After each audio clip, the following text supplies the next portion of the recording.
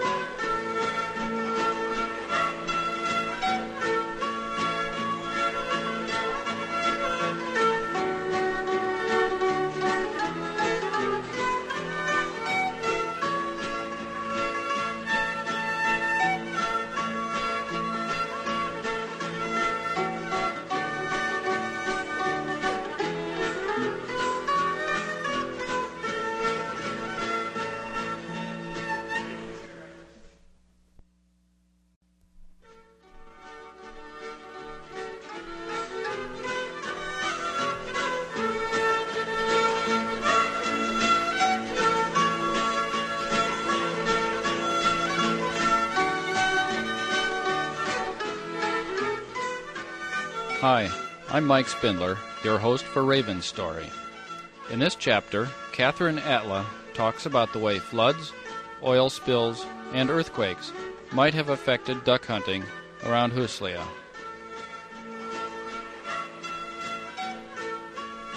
Ducks, they used to hunt them late because they lay eggs later than the other birds, the land birds. And I remember in June, they stop killing land birds like pintails and widgeon and other geese, but because they're ready to nest, and they just about know when to quit, and we still do that.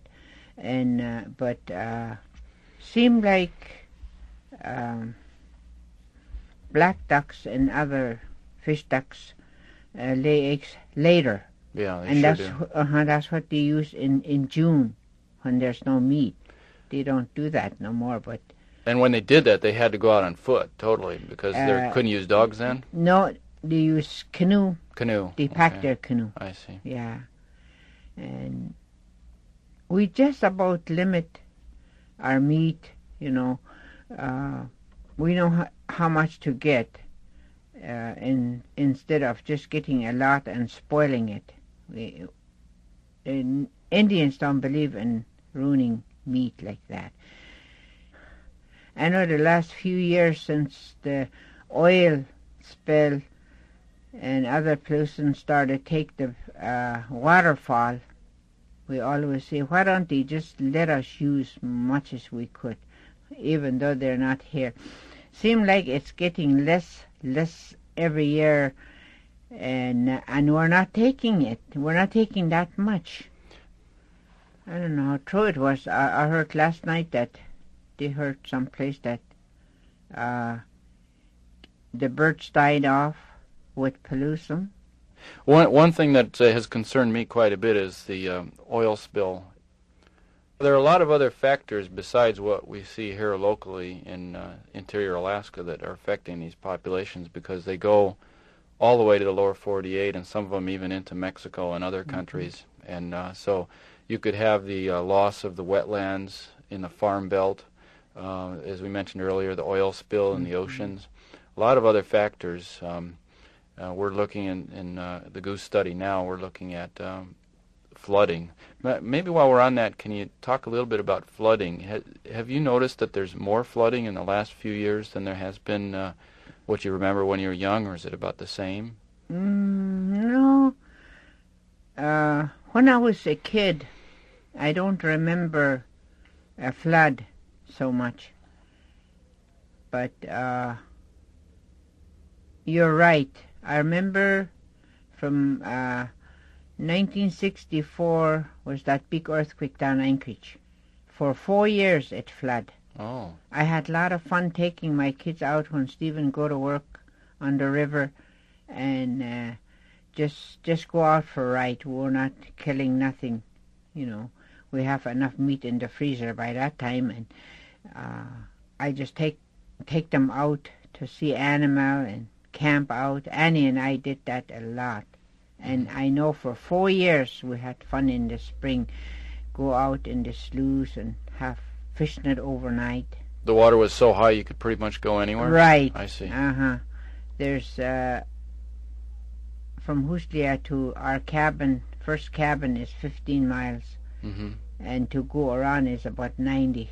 Oh, and you could just go direct because the water was so high. That's where we had a lot of fun. But when the water is that high, there's not many places for the ducks and geese to nest, are there? Yes, There's, we used to go in the, I remember in, I forgot what year it was, 4 years after the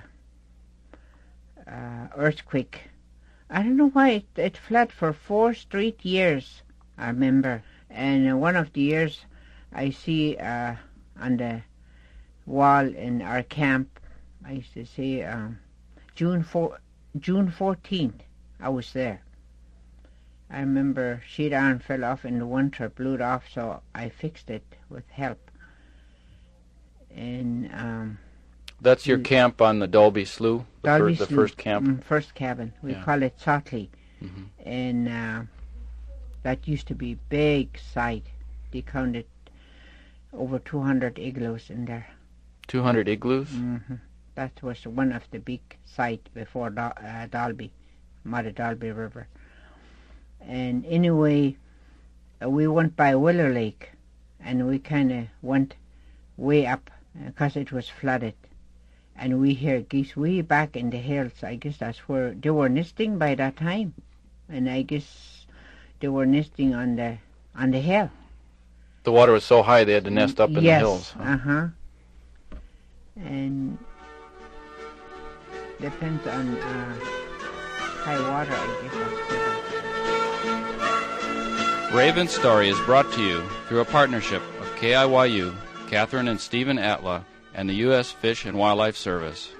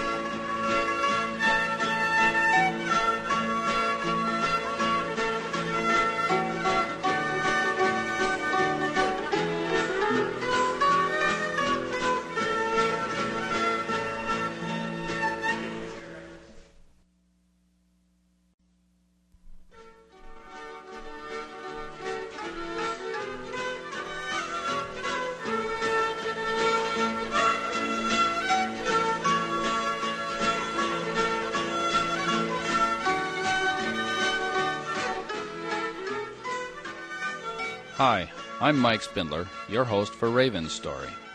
Athabascan elders from around the Koyukon region tell us that moose moved into the area in the 1940s. In this chapter of Raven's Story, Catherine Attla talks about the times before moose were common around Huslia, and people had to rely on small game.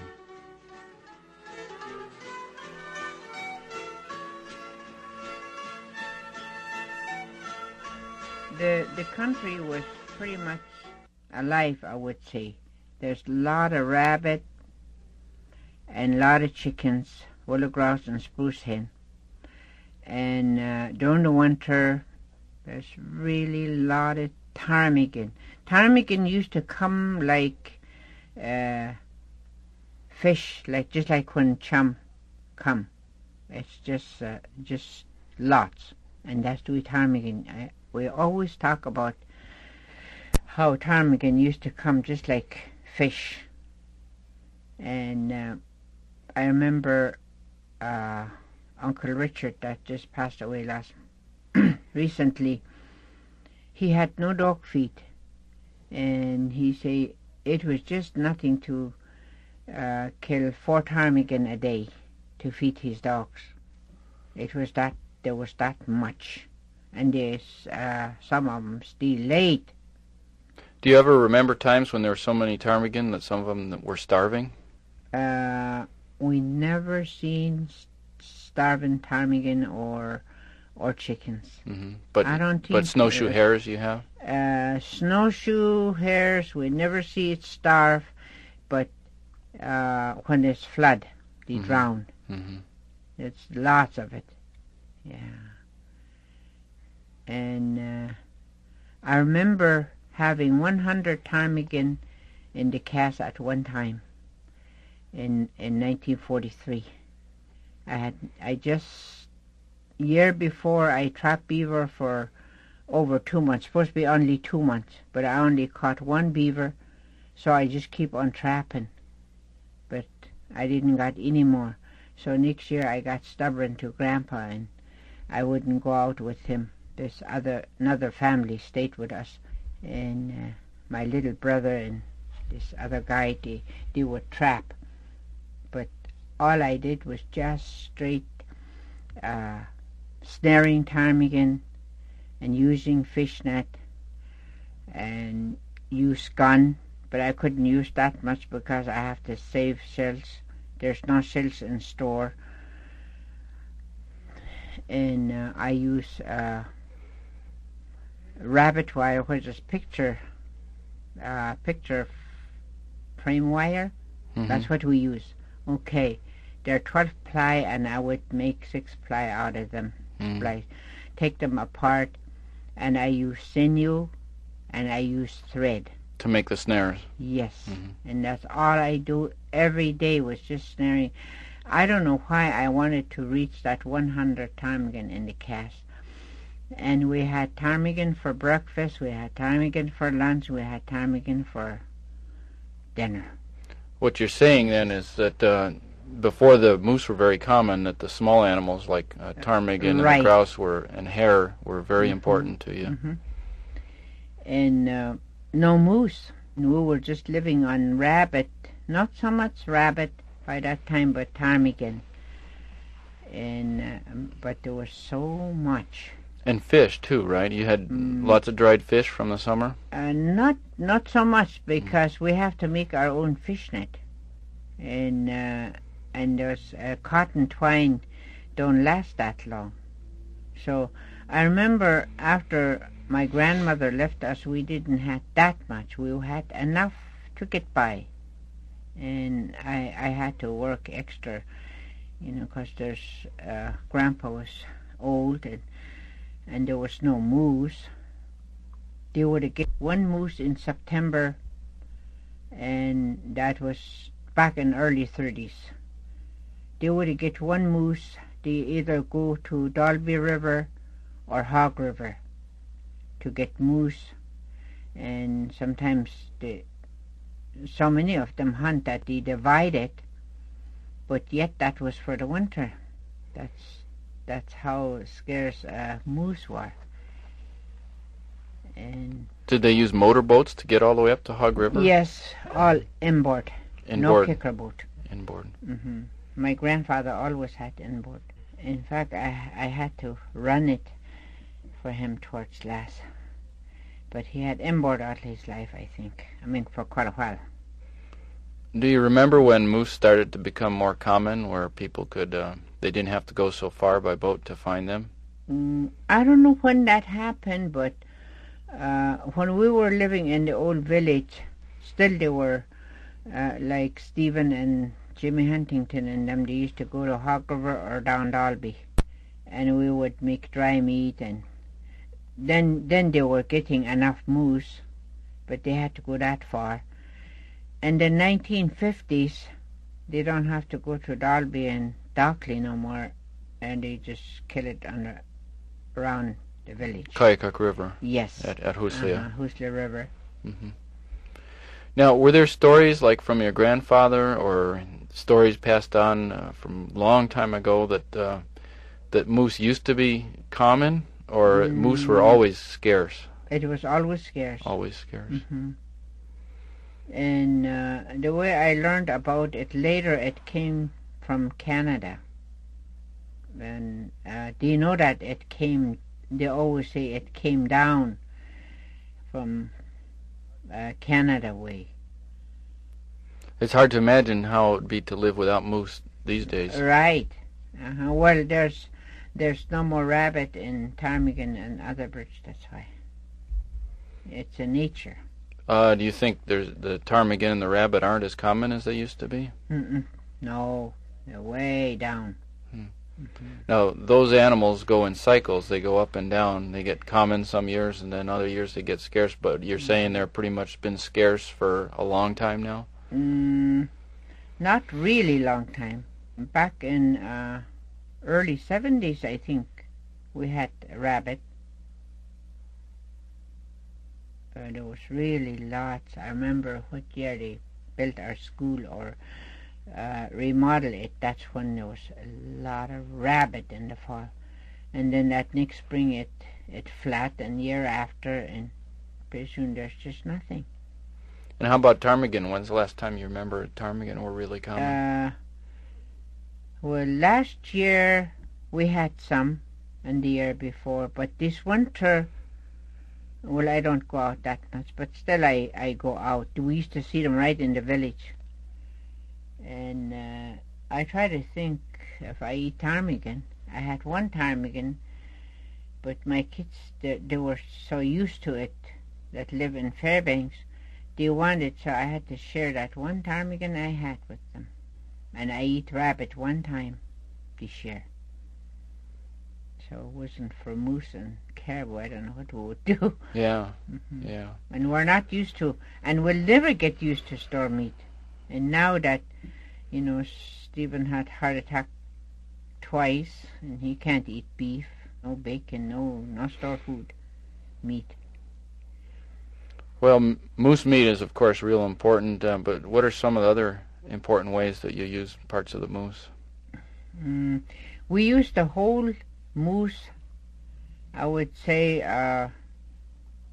from head to toe, because we use the moose skin, you know, for tanning, and we never used the leggings, but just because my grandmother used to save them for canvas boots bottom for spring, you know, no rubbers, and just because of that I collect them. I don't know what I'm going to use it for, but I collect them, and we could cook moose foot, leave all that sinew on there, and that's eatable. So, and then we just about use the whole inside. So really, we don't waste nothing from moose. And when we had dogs, boy, it was good to have moose hair, then, you know, for your dog bed. Oh, instead of having to get grass and yes, hay. It's hard to get grass in the winter, and everybody used to use moose hair. And I know I did that lots. And then we used for mattress, moose hair mattress, mixed with ptarmigan feather. Ptarmigan feather is not as good as ducks, and they're not as warm, but still we use it. Mix it with moose hair and make nice big mattress. So nothing is waste. Even the hair was used, but now that it's different today, we don't use the moose hair. Us anyway. No more dogs. Raven's Story is brought to you through a partnership of KIYU, Catherine and Stephen Attla, and the U.S. Fish and Wildlife Service.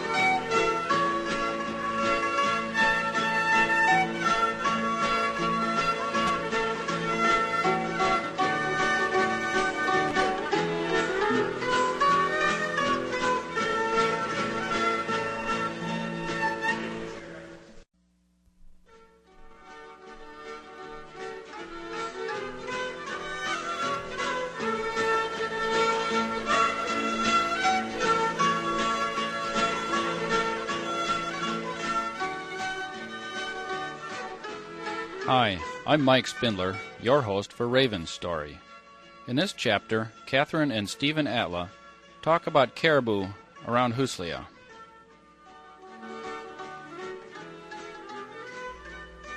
Was there ever a time when caribou was really important to you?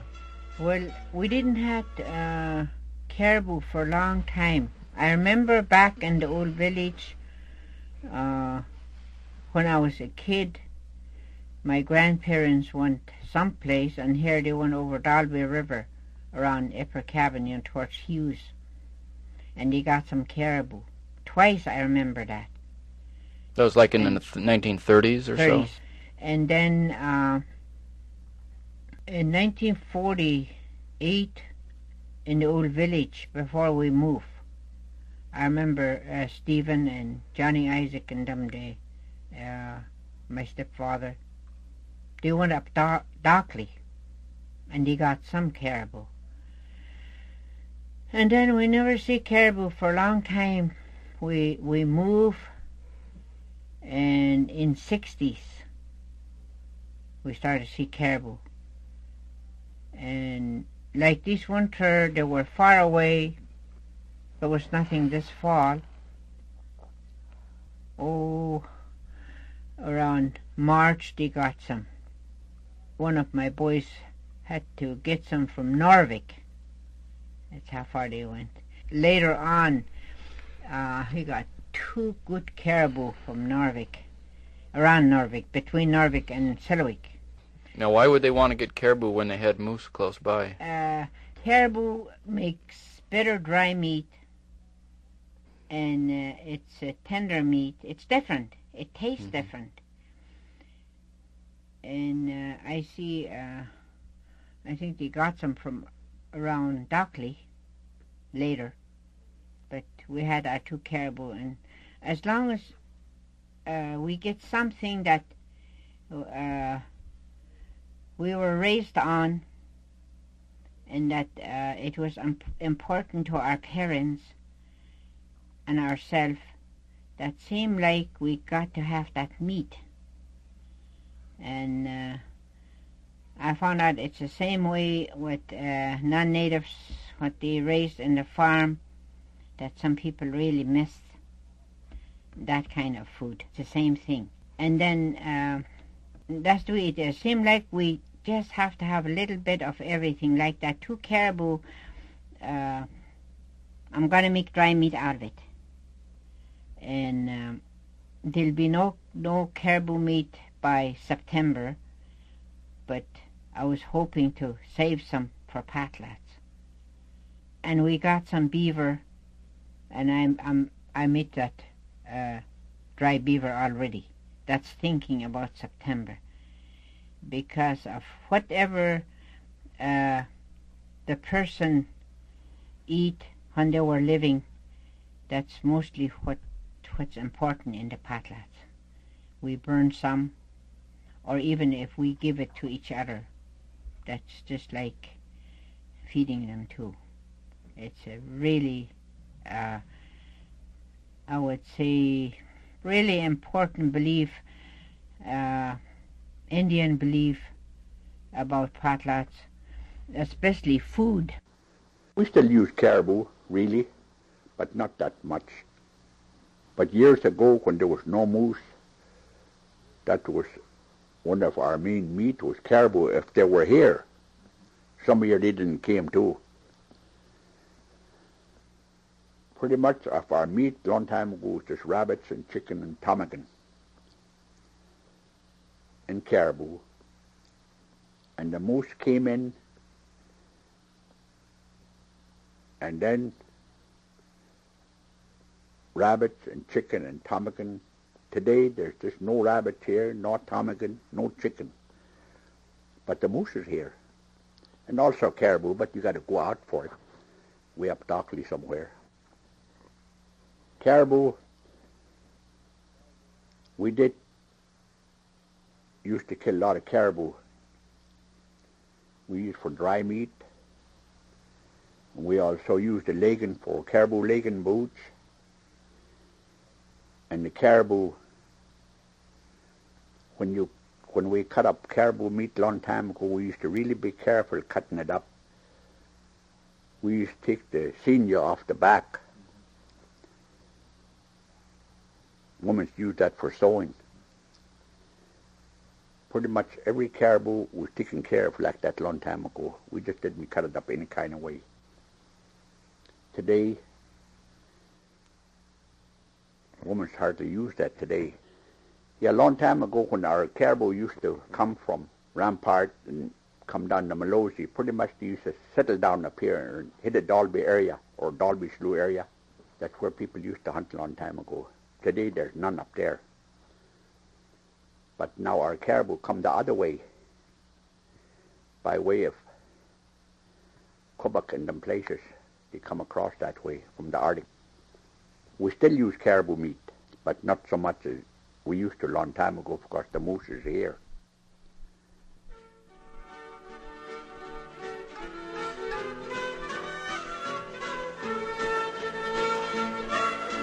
Raven's Story is brought to you through a partnership of KIYU, Catherine and Stephen Attla, and the U.S. Fish and Wildlife Service.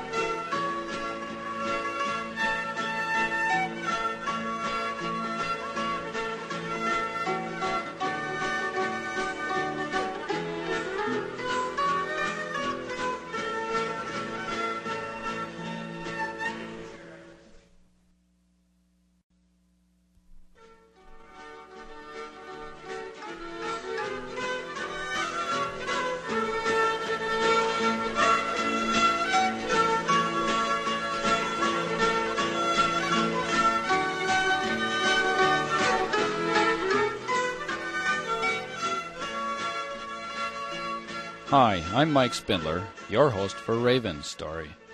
In this chapter, Catherine Attla of Huslia answered my questions about beaver and muskrat.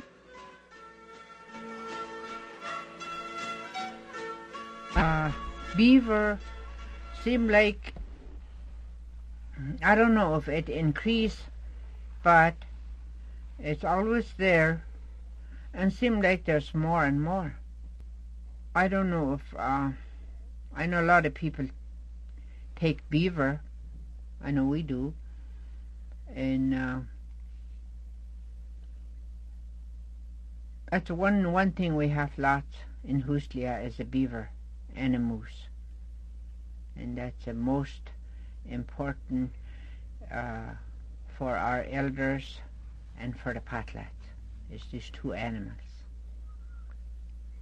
I got quite a few beaver hides for the patlats, and I was hoping to make beaver hats and mittens,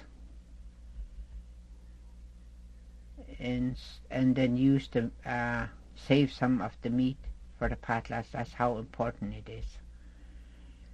We used to make podcasts out of the hide, but I never see that many podcasts no more since there's eider down.